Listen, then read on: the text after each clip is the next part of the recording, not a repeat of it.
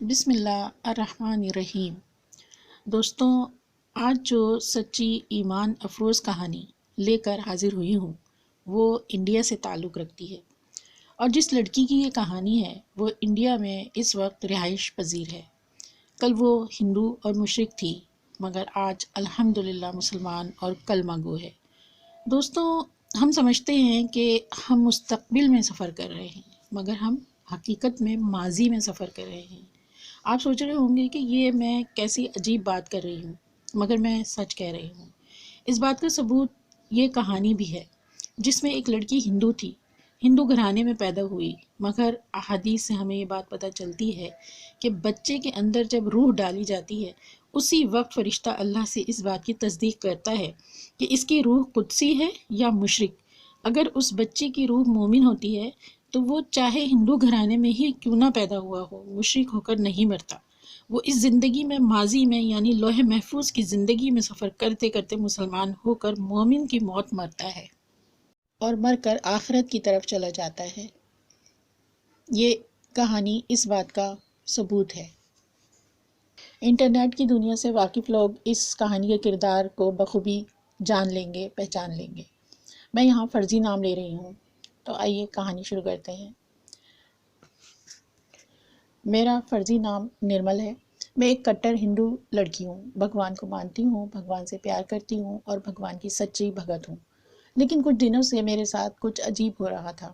وہ عجیب کیا ہے، میں بتاتی ہوں۔ کل رات جب میں معمول کے مطابق سوئی تو رات کے کسی پہر میں ڈر کر اٹھ گئی، کیونکہ خواب میں ایک سیاہ کالا شخص اور سیاہ لباس پہنے ہوئے میری طرف بڑھ رہا تھا، اور وہ مجھے مارنا چاہتا تھا، میرا گلا دبانا چاہتا تھا۔ تبھی میں ڈر کر اٹھ گئی۔ ایسا کیوں ہو رہا ہے، میں سمجھ نہیں پا رہی تھی۔ میں ایک پڑھی لکھی ماڈرن لڑکی ہوں۔ ایک لمبے عرصے میں نے کویت میں گزارا، بلکہ میرا سارا بچپن کویت ہی میں گزرا، جہاں میرے کئی مسلم دوست بھی ہیں۔ مسلمانوں کے بارے میں تھوڑا تھوڑا جانتی تھی کہ وہ کس طرح اپنی عبادت وغیرہ کرتے ہیں۔ انہی دنوں کورونا آ گیا، ہم گھر میں بند ہو کر رہ گئے، اور ہم بہت پہلے ہی انڈیا شفٹ ہو گئے تھے۔ تبھی بور ہو کر میں نے ایک چینل بنا لیا۔ میرا چینل جلد ہی چل نکلا اور پڑوسی ملک پاکستان میں بھی پسند کیا جانے لگا۔ کورونا نے ہر جگہ مایوسی پھیلا دی، خوف پھیلا دیا۔ تبھی پاکستان میں کسی اسلامی اسکالر نے دعا کی، جس کی دھوم دنیا میں خوشبو کی طرح پھیلی۔ مجھے کامنٹ آیا کہ آپ اس دعا پر ری ایکشن ریکارڈ کریں، کیونکہ میں اکثر موویز، انڈین ہیروز یا فرمائش پر کسی بات پر یا ڈرامے وغیرہ پر ری ایکشن دیا کرتی تھی۔ اس کامنٹ سے پہلے میں نے کسی کے کہنے پر سورہ رحمان پر بھی ری ایکشن دیا تھا، تو نہ جانے کیوں مجھ پر عجیب کیفیت طاری ہو گئی تھی اور میری آنکھوں سے آنسو نکل آئے تھے۔ مجھے بہت سکون ملا تھا۔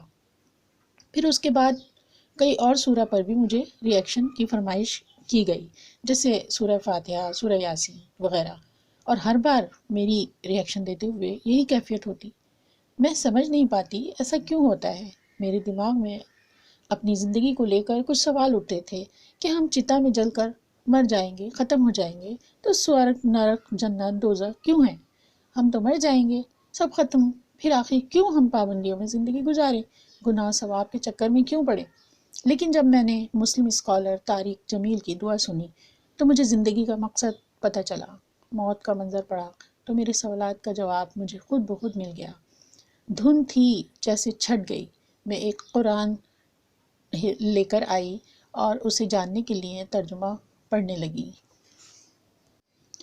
میں جیسے جیسے قرآن کا ترجمہ پڑھتی تھی میں حیران رہ جاتی کہ اس میں تو بچے کی پیدائش سے لے کر ماضی حال اور مستقبل کی باتیں تک جو بتائی گئی تھیں، جو آج سائنسدان پروف کر رہے ہیں، یہ دیکھ کر میرے دل نے کہا یہ مذہب سچا ہے اور یہ کتاب بھی صحیح معنوں میں بھگوان یا خدا کی ہے۔ میرا دل اس طرف کھنچنے لگا، مگر میں سوچتی کہ مجھے اللہ ہدایت کیسے دیں گے۔ میں یہ سوچتی تھی کہ جیسے جنید جمشید کو بھی تو اللہ تعالیٰ نے ہدایت دی ہے، وہ ایک چکا چوند والی زندگی سے، ایک ماڈرن اور سنگنگ کی زندگی سے نکل کے وہ ایک دم سے ایک اچھے مسلمان بن گئے۔ تو اللہ تعالیٰ، میں بھی ایک ماڈرن لڑکی ہوں، مجھے اللہ کیسے ہدایت دیں گے کہ میں بالکل بدل دوں اپنے آپ کو اسی طرح۔ میں بس اللہ تعالیٰ سے ہر وقت یہی دعا کرتی کہ اللہ مجھے ہدایت دے۔ میرے ساتھ ایسا ہونے لگا کہ میں اپنے دل میں کوئی سوال لاتی تو مجھے ایسا لگتا اس کا بالکل صحیح جواب میری روح نے مجھے دے دیا ہو، اور پھر ایک دن واقعی اللہ نے مجھے ہدایت دی. میں ایک دن سو رہی تھی تو میں نے دیکھا آگ جل رہی ہے. ایک کالی بھیانک عورت میری طرف بڑھتی ہے اور مجھ سے غصے سے کہتی ہے، یہ قرآن جو میں پڑھتی تھی اسے آگ میں پھینک. میں نے نہیں پھینکا تو اس نے میرے ہاتھ سے لے کر آگ میں پھینک دیا. لمحے کے ہزاروں حصے میں نے بغیر سوچے سمجھے اپنا ہاتھ آگ میں ڈال کر قرآن دوبارہ اٹھا لیا.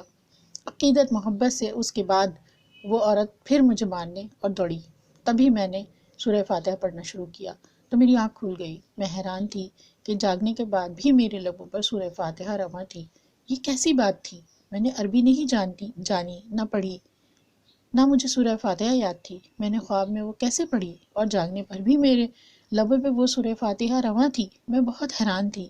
میں نے سوچا یہی ہدایت ہے، اور اس سے بڑھ کے اور ہدایت کیا ہوگی کہ ایک ایسی زبان جو میں جانتی بھی نہیں ہوں وہ میری اٹھنے کے بعد میری لبوں پہ جاری و ساری ہے. اور پھر میں نے سچے دل سے اسلام قبول کر لیا. الحمدللہ آج میں مسلم ہوں. دوستوں، اگر آپ کو یہ کہانی پسند آئی ہے تو میرے چینل کو سبسکرائب کیجیے، لائک کیجیے اور کمنٹ کیجیے.